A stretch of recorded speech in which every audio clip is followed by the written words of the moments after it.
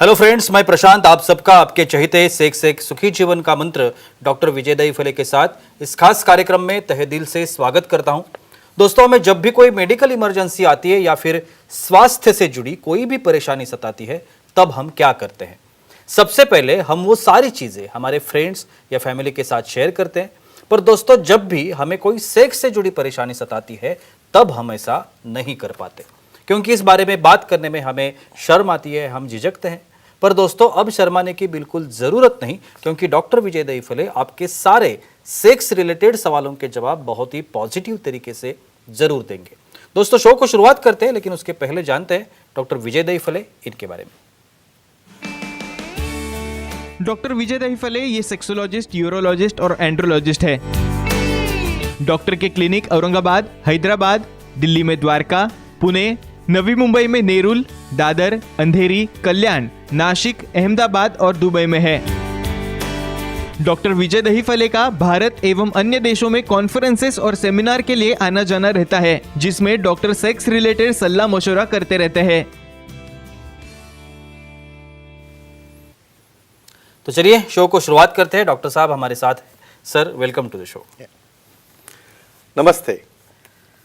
आप सभी जानते हैं कि इस वीडियोज़ के दौरान हम लोग बहुत ही निजी स्वरूप के जो सब्जेक्ट्स है उनके ऊपर बात करने की कोशिश करेंगे। आज का जो सब्जेक्ट है हमारा वो है सेक्सुअल डिस्फंक्शन, कमज़ोरी और फोरस्किन्स के बारे में, और इसके बारे में हम लोग अधिक जानकारी लेने की कोशिश करेंगे। इसके जो डिसीज़ है, ये डिसीज़ के बारे में जानकारी लेने की कोशिश करेंगे।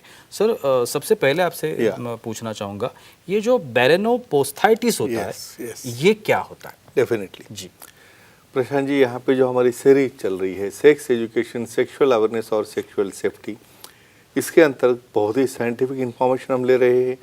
डिस्फंक्शन क्या है, मेल में क्या है, फीमेल में क्या है, अलग अलग इन्फेक्शन क्या है, बैलेनोपोस्थाइटिस। उसके पहले एक डिस्क्लेमर देना चाहता हूँ। Time, place, person, condition, culture, safety, consenting, अपना ओन और नॉन पार्टनर, नॉन इन्फेक्टेड, इसके साथ ही आजमाना है। भाई, हमारे लिंग के सामने जो स्किन है, सामने का जो ग्लांस है, इसको भी अलग अलग इन्फेक्शन होते हैं। क्यों होते हैं भाई? कांटेक्ट करते वक्त सामने वाला पार्टनर है, उसका भी इन्फेक्शन आपको होने वाला है। बैलानाइटिस मतलब सामने वाला राउंड प्रकार जो है, पार्ट जो है, फीमेल में बहुत बार कुछ फंगल इन्फेक्शन है, वाइट डिस्चार्ज है, तो उसका इन्फेक्शन होके उसे रेडनेस आना, पेन होना, इसे कहते हैं बैलानाइटिस। बैलानोपोस्थाइटिस, पोस्थाइटिस मतलब ऊपर वाली जो फोरस्किन है उसके ऊपर क्रैक जाना, फंगस बनना, उसका मुंह छोटा होना, ब्लीडिंग होना, तो कंबाइंडली इसे कहते हैं बैलानोपोस्थाइटिस। बहुत पेनफुल कंडीशन होती है भाई, इरेक्शन भी नहीं होता है, सेक्स भी नहीं कर सकता है, खुद को भी इन्फेक्शन हो रहा है, पार्टनर को भी हो रहा है। दोनों को रोकना है, कैसे रोकना है देखेंगे। और एक सर डिसीज कह सकते हैं हम उसे, फ्रैंकुलर ब्रेव। अभी ये किसे कहते हैं? डेफिनेटली जी, आप तो डॉक्टर बन गए। Very nice. Frenular breve simple thing है भाई, इसे कोई ऐसा कोई सोनोग्राफी या सीटी स्कैन लगाना नहीं है। स्टाफ होगी या इवन मदर भी होगी तो उसे ध्यान में आएगा। अडल्ट में जब कुछ कारणवश सामने वाला टिप इरेक्ट होते वक्त बेंड हो रहा है नीचे, मतलब कुछ कारणवश नीचे बहुत क्या बोलते हैं, नस है, नस, वो नस टूटी नहीं है उसकी, तो ये हो रहा है बेंड। इरेक्शन होने के बाद पेन हो रहा है। बहुत बार तो ऐसी इमरजेंसी आती है, हस्तमिथुन करते वक्त, ऐड करते वक्त वो वहाँ पे फ्रेंडिनम कट हो जाता है, ब्रेव कट होती है, बहुत ब्लीडिंग होता है, इमरजेंसी होती है। तो किसी भी कारणवश कंजेनेटली, पैदाइशी ही वो छोटी जो रहती है फ्रेंडम यानी नीचे वाला पार्ट जो बेंड करता है सामने वाले ट्यूब को, पेनफुल रहता है, इरेक्शन नहीं होने देता, इसे कहते हैं फ्रेनुलर ब्रेव। क्या करना है उसका आगे देखेंगे हम। बिल्कुल सर। कुछ ऑडियंस हमारे साथ है, हमारी लोकेश जी है हैदराबाद से, उनको सवाल करना है। लोकेश जी, पूछिए, क्या सवाल है आपका? बोलिए। बोलो। नीचे टिप के नीचे जो नस होती है, हाँ, वो बार बार कट होकर ब्लडिंग होती है, तो उसे क्या करें? आगे सेम क्वेश्चन के ऊपर। बिल्कुल, क्योंकि हम जितना प्रेजेंटेशन देते हैं, टॉपिक देते हैं, भाई उनकी डिमांड है, इसलिए उनको पता है, अभ्यास किया, स्टडी करके आते हैं। बिल्कुल। फ्रेनुलर ब्रेव की वजह से शादी के पहले ही इसे अच्छा करना है, क्योंकि बहुत बार शर्म के मारे या कहाँ पे दिखाए, क्यों दिखाए भाई, सेक्स एजुकेशन ही नहीं है। पेनिस बेंड हो रहा है भाई, उससे आगे क्या होगा, पार्टनर डिस्टर्ब होता है। ये क्या होता है इनके केसेस में, बार बार कट भी हो जाता है। कुछ फ्रेंड्स तो कहते हैं नहीं नहीं, फीमेल में जैसा ब्लीडिंग हो रहा है वैसे मेल में भी कट होना चाहिए। टोटल मिथ है, ये टोटल मिथ है, इसे भूल जाओ। ये एबनॉर्मल कंजेनाइटल ब्रेव है। नीचे जो हम नस बोलते हैं सिकुड़ गई है, उसे हम प्रॉपर तरीके से फ्रेनुलोप्लास्टी या कॉस्मेटिक माइक्रोसर्जरी करके बहुत बढ़िया कर सकते। तो ये मिस निकाल दो, ऐसा कोई ये कट होना या कोई जायज़ नहीं रहता है या ऑफिशियल नहीं रहता है। तो इसे विशेषज्ञ को दिखा के, सेक्सोलॉजी यूरोलॉजी एंड्रोलॉजी को दिखा के उसे क्या करना है, रिलीज़ करना है या कोई ऑइंटमेंट से अच्छा होने वाला है, वो विशेषज्ञ डिसाइड करेंगे और उसकी प्रोसीजर हम कर सकते हैं। डे केयर रहती है, उससे अच्छा हो जाता है और आपका सेक्सुअल लाइफ उससे दोनों भी एंजॉय कर सकते हैं। बिल्कुल सर। और एक डिसीज है Sure. जिसे हम फाइमोसिस कहते Yes, हैं। very ये nice. फाइमोसिस क्या होता है? Yes, very common. भाई इसको भी डायग्नोसिस के लिए हमें देखना है। ये डायग्नोसिस में स्पेशली सामने वाला फोरस्किन जो है वो पीछे नहीं आता है, वहीं पे सिकुड़ गया है या पैदाइशी वो बंद हुआ है, तो इसे कहते हैं फाइमोसिस। बच्चों में देखा जाए तो यूरिन आ रही है तब बलोनिंग हो रहा है, यूरिन नहीं आ रही है पेन हो रहा है, इन्फेक्शन हो रहा है, बेलेनाइटिस हो रहा है, पोस्टाइटिस हो रहा है, तो किसी भी कारणवश सामने वाले स्किल भले डायबिटीज से हो, इन्फेक्शन से हो, एडिशन से हो या किससे भी हो, वो पीछे नहीं जाती, उसे फाइमोसिस कहते हैं। और उसे भी पार्शियल सर्कमसिजन से बहुत अच्छा हम ट्रीट कर सकते हैं। सर और एक टर्म है जिसे पैराफाइमोसिस कहते हैं। वेरी नाइस, अब ये पैराफाइमोसिस क्या है? Very nice, correct. जी।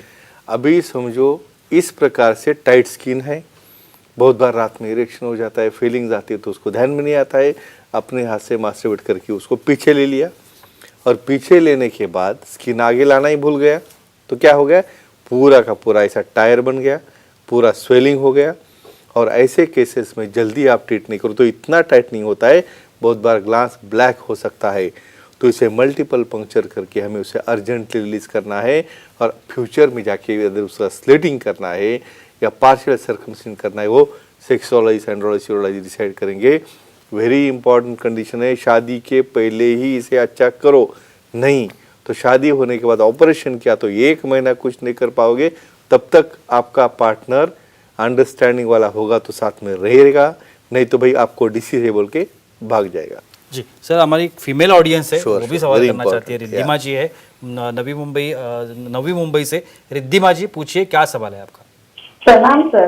प्रणाम। प्रणाम जी, बोलो। नीचे क्लाइटोरिस एरिया में संबंध आने के बाद पेन और इचिंग होती है, तो क्या करें? अच्छा, very nice, related to hygiene. बिल्कुल। देखो जैसे मेल को प्रॉब्लम आ रहा है, मेल को ही है ना, फीमेल को भी है। बहुत बार अपनी पार्टनर रिलेक्टेंट रहती है, वो अलाउ नहीं करती सेक्स करने के लिए, उसे पेन होते रहते हैं, भाई आप सुनती नहीं, उसको क्या लगता है तुझे क्या प्रॉब्लम है, ऐसा नहीं होता है।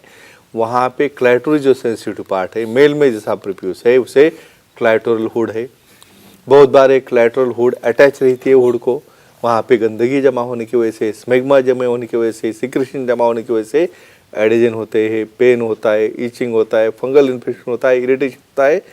क्यों बोलता हूँ हाइजीन के बारे में, वहाँ पे शेविंग भी नहीं करते हैं, तो एक बन जाता है वहाँ पे पेनफुल पॉइंट। और जब आपको पेन होगा तो कैसे इंटरेस्ट आएगा करने में, तो यही कारण है फीमेल में रिलेक्टेंट हो जाता है, पार्टनर को अलाउ नहीं करती। तो फ्रेंड्स एक ही कहूँगा, दोनों ने विशेषज्ञ को दिखा के एंटीबायोटिक लेके या पूरा क्लीनिंग करके जरूरत पड़े तो एडिजन निकाल के उसे ट्रीट कर सकते हैं और अपना पर्सनल लाइफ एंजॉय कर सकते हैं। सर और एक डिसीज है जिसे Sure. हम लाइकेन स्क्लेरोसिस कहते हैं। Yes. ये क्या होता है और उसकी ट्रीटमेंट क्या है? और ये पता होना जरूरी है। बिल्कुल। ये देखो, ये बहुत सिंपल चीज़ है भाई, हर एक चीज़ डॉक्टर आके नहीं करने वाला। आपको खुद को क्यों रखा है एजुकेशनल सेशन, कुछ कारणवश लाइकेन स्क्लेरोसिस जिससे BXO यानी पहले हम बेलेनाइटिस जीरोटिका ऑब्लिटरांस यानी पूरा लिंग वाइट कलर का होने लगता है, वाइट दिखता है, अच्छा नहीं लगता है, उसे लगता है भाई ये तो कोड या विटिलिगो तो नहीं है, लेकिन ये फाइब्रोटिक प्रोसीजर है। धीरे धीरे उसका मुंह स्टॉप कर सकती है, बंद कर सकती है, यूरिन आना बंद कर सकती है, एकदम टोटल ब्लॉक हो सकता है, पेनफुल रहता है, इरेक्टाइल डिस्फंक्शन हो सकता है। प्राइमरीली कुछ ऑइंटमेंट स्टेरॉइड्स लगा के उसे हम अच्छा कर सकते हैं, लेकिन ये परमानेंट रहता है। उसकी केयर लो, विशेषज्ञ को दिखाओ और उससे हल पाओ। ये लाइकेन स्क्लेरोसिस विटिलिगो से डिफ्रेंशिएट करना बहुत ज़रूरी रहता है। और एक आखिरी सवाल, Sure. अपोस्थिया और माइक्रोपोस्थिया ये क्या Excellent. होता है और किसे कहते हैं? आपने तो बहुत बड़ा टॉपिक दे दिया जी, मुझे। बिल्कुल। अपोस्थिया यानी कुछ कारणों से समझो बहुत कम प्रतिशत मिलियंस में कुछ केसेस में पैदाइशी ही वो फोरस्किन बनती ही नहीं, यानी बिना फोरस्किन का ऐसा पूरा पेनिस डिलीवर हो जाता है, उसे कहते हैं अपोस्थिया। दूसरा आ गया मैक्रोपोस्थिया, नाम में आता है मैक्रो, बड़ा भाई पेनिस समझो 3 इंच का है तो उसके सामने और 2 इंच का ऐसा हिलने वाला चोच के जैसा हैंगिंग स्किन रहती है। क्या करती है वो? वेट करेगी, इरिटेशन करेगी, खुजली हो जाएगी, यूरिन उसमें जमा होकर बाद में आपके निकर में या पैंटी में उसे ट्रिकल करेगी। तो इसको अच्छी ट्रीटमेंट है भाई। अपोस्थिया को ऐसा कुछ ज़्यादा करने की जरूरत नहीं, लेकिन माइक्रोपोस्थिया में वो एक्सेस स्किन हमें निकाल के हाइजीन के लिए या फ्यूचर में आगे चल के उसे रिट्रैक्शन या सेक्स में कोई प्रॉब्लम न आए इसलिए हमें ट्रीट करना है। तो फ्रेंड्स एक ही कहूँगा, बहुत सिंपल डायग्नोसिस है। ये क्लिप देखने के बाद आपको ध्यान में आएगा क्या है, हमें प्राइमरी गाइडलाइन है, उसके आगे कैसे बढ़ना है, कैसे सेक्सोलॉजी से मिलना है, इसलिए हम मंच पर बैठ के आपको मार्गदर्शन दे रहे हैं। और कुछ बोल सकते हो आप? जी बिल्कुल। Yeah. सर बहुत ही अच्छी जानकारी you. आपसे आज के एपिसोड में Yeah. भी मिली, लेकिन वक्त की पाबंदी हमें रुकना पड़ेगा। लेकिन जैसे अभी आप सर ने आपसे कहा कि अगर ज़्यादा कुछ इन्फॉर्मेशन चाहिए या ट्रीटमेंट चाहिए तो आप सर से मिल सकते हैं। अभी जो आपको कॉन्टैक्ट नंबर दिख रहे हैं स्क्रीन पर, जो ईमेल आईडी है, सर की वेबसाइट है, इसके तहत आप सर की अपॉइंटमेंट ले सकते हैं और बहुत ही पॉजिटिव तरीके से अपने हर एक समस्या का आप समाधान भी पा सकते हैं। तो चलिए रुकते हैं इस एपिसोड में, अगले एपिसोड में फिर एक बार मुलाकात होगी, तब तक के लिए शुक्रिया।